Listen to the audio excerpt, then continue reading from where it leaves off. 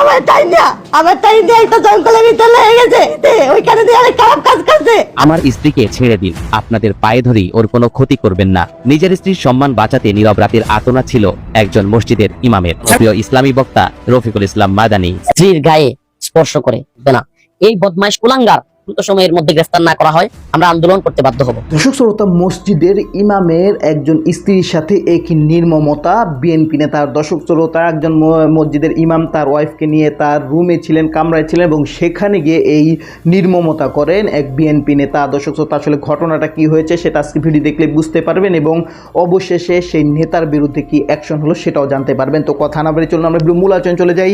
Video মূল আলোচনা চলে যাওয়ার আগে আপনার কাছে আমার ছোট করে এক অনুরোধ, আপনার প্রত্যেক মুহূর্তের আপডেট পেতে অবশ্যই চ্যানেলটি সাবস্ক্রাইব করে দেবেন এবং পাশে থাকা বেল আইকনটি ক্লিক করে দেবেন, তাহলে প্রত্যেক মুহূর্তের আপডেটগুলো সবার আগে পৌঁছবে আপনার কাছে।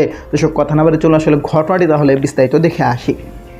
আমার স্বামীর সামনে থাকা অবস্থায় এভাবে যে আমাকে নির্যাতন করছে, এই জন্য আমি সরকারের কাছে সুষ্ঠু বিচার চাই। আমার স্ত্রীকে ছেড়ে দিন, আপনাদের পায়ে ধরি ওর কোনো ক্ষতি করবেন না।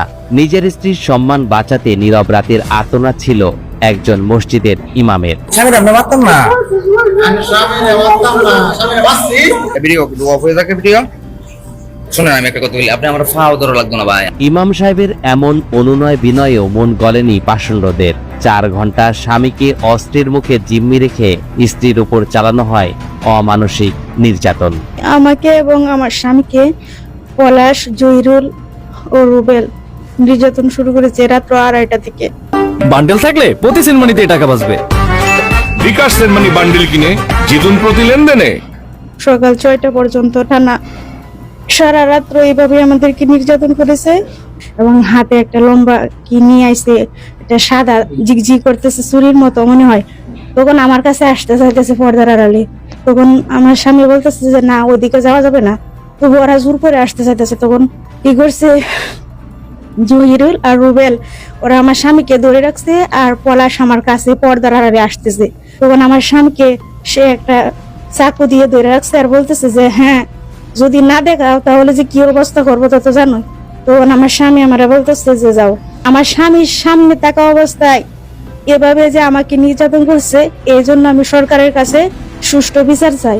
ঘটনাটি নেত্রকোনা দুর্গাপুর উপজেলার শান্ত জনপদ সুতিয়াপাড়ার। রোববার রাতে এই গ্রামেরই এক নুরানি হাফেজিয়া মাদ্রাসার শিক্ষক ও মসজিদের ইমাম এবং তার পরিবারের সাথে ঘটে এমন নৃশংস ঘটনা। 2টার সময় তারা ঢুকছে 3 জন লোক।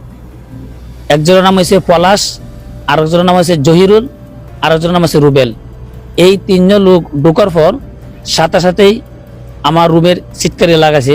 লাগানোর পর এই মোবাইলগুলো, আমার হাতে যে মোবাইল ছিল এই মোবাইলগুলো তারা আটকাইছে, যেভাবে আমি খাওয়ার সাথে যোগাযোগ না করতে পারি। এভাবে 2টা থেকে শুরু করতে করতে এবং আমাকে মারধর করছে, বিভিন্ন জায়গায় আমাকে আঘাত করছে এবং আমার স্ত্রীকে বিভিন্নভাবে নির্যাতন শুরু করলো। তখন অবশেষে তাকে আমি পাওয়া দিল বলি, ভাই আপনি আমার এই ক্ষতিটা করেন না। এবং এইভাবেই 2টা থেকে শুরু করে এইভাবেই বছর পর্যন্ত আমার উপর নির্যাতন শুরু করলো।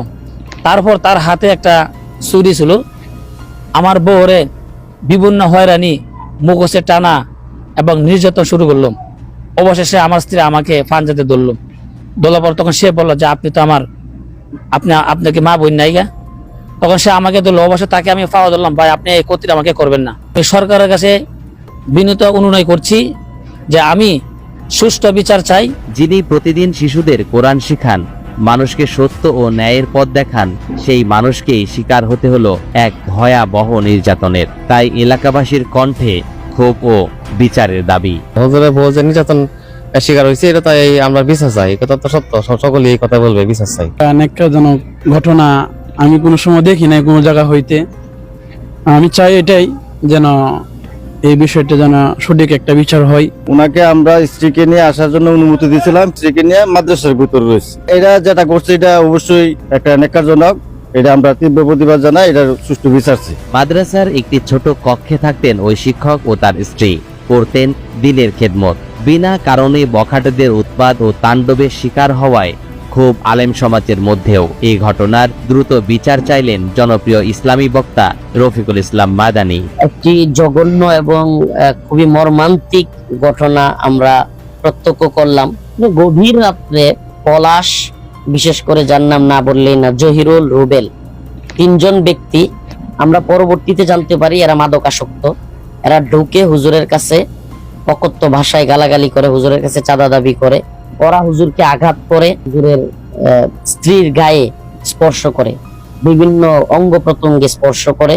তো আমার উদাত্ত আহ্বান থাকবে প্রশাসনের প্রতি, আপনাদের প্রতি আমাদের আস্থা রাখতে চাই। আপনারা যেই ব্যবস্থা নিয়েছেন এই ব্যবস্থার উপর আমরা আস্থা রাখতে চাই, কিন্তু আমাদের ধৈর্যের বাদ বেশিক্ষণ থাকবে না। এই বদমাইশ কুলাঙ্গার দ্রুত সময়ের মধ্যে গ্রেফতার না করা হয় আমরা আন্দোলন করতে বাধ্য হব।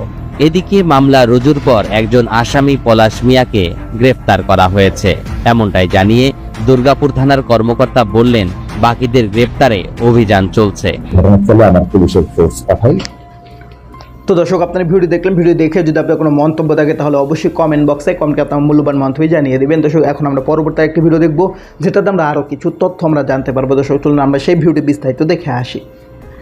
আজকে আমাকে শেষ এক্সাম, আজকে এক্সাম সবাই মিললাম শুনতে গিয়া একটু মজা মজা করতে লেট হয়ে গেছে। পরে সজীবে ও আমার ফ্রেন্ড ওকে কি আপনি যদি একলা যাবি কিভাবে তোকে বলছে আমাকে বলছে একসাথেই যাওয়া যায়, তোর আমি নামাই দিব মানে।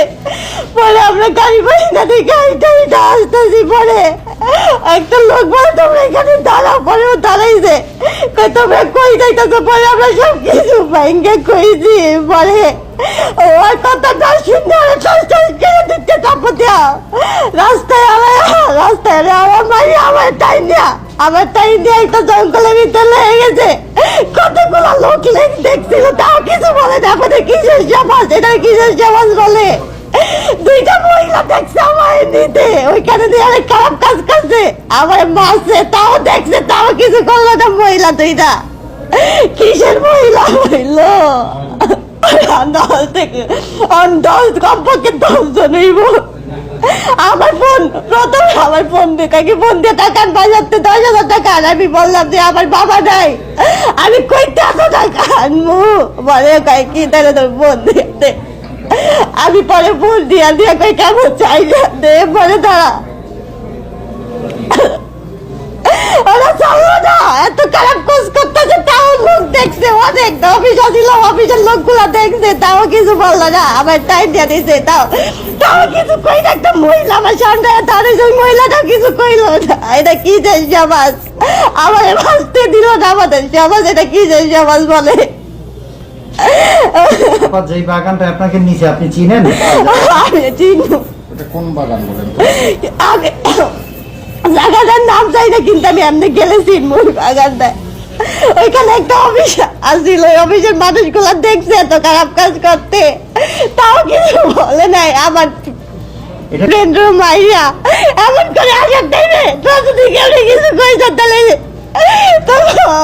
তোকে স্ত্রী দিয়ে মারিয়ে আমার টাইম নিয়ে আসার চাইবো, টাইম নিয়ে আমার চেষ্টা নিয়ে আসছে। দেখছে মানুষ, তারপর কেমনে আমার কাছে না আসতে পারলো, আমার কেমনে সাহায্য না করতে পারলো, আমাদের বাঁচতে দিল না। আমাদের এটা কিসের সমাজ? এটা কিসের সমাজ বলে? যেখানে একটা মেয়ে দর্শন হচ্ছে, তারপরেও তার কোনো প্রতিবাদ করে না, উল্টা মেয়ে দাঁড়া দেখতেছে, আমার বাঁচতে দিল না। আমি কারো চিনি না, দেখলে চিনবো সবারে। আপনার সাথে খারাপ আচরণ কতজনে করছে? তো দর্শক, আপনার সম্পূর্ণ ভিডিও দেখলেন, আর সম্পূর্ণ ভিডিও দেখে যদি আপনার কোনো মন্তব্য থাকে তাহলে অবশ্যই কমেন্ট বক্সে কমেন্ট আপনার মূল্যবান মন্তব্য জানিয়ে দেবেন। দর্শক, কথা বলতে বলতে আমরা ভিডিও শেষ পর্যন্ত চলে এসেছি। ভিডিও শেষ করে আপনার কাছে আবার অনুরোধ করছি, আপনি প্রত্যেক মুহূর্তের আপডেট পেতে অবশ্যই চ্যানেলটি সাবস্ক্রাইব করে দেবেন এবং পাশে থাকা বেল আইকনটি ক্লিক করে দেবেন, তাহলে প্রত্যেক মুহূর্তের আপডেটগুলো সবার আগে পৌঁছাবে আপনার কাছে। তো সব নিয়ে শেষ করে ভালো থাকবেন, সুস্থ থাকবেন, আল্লাহ হাফেজ।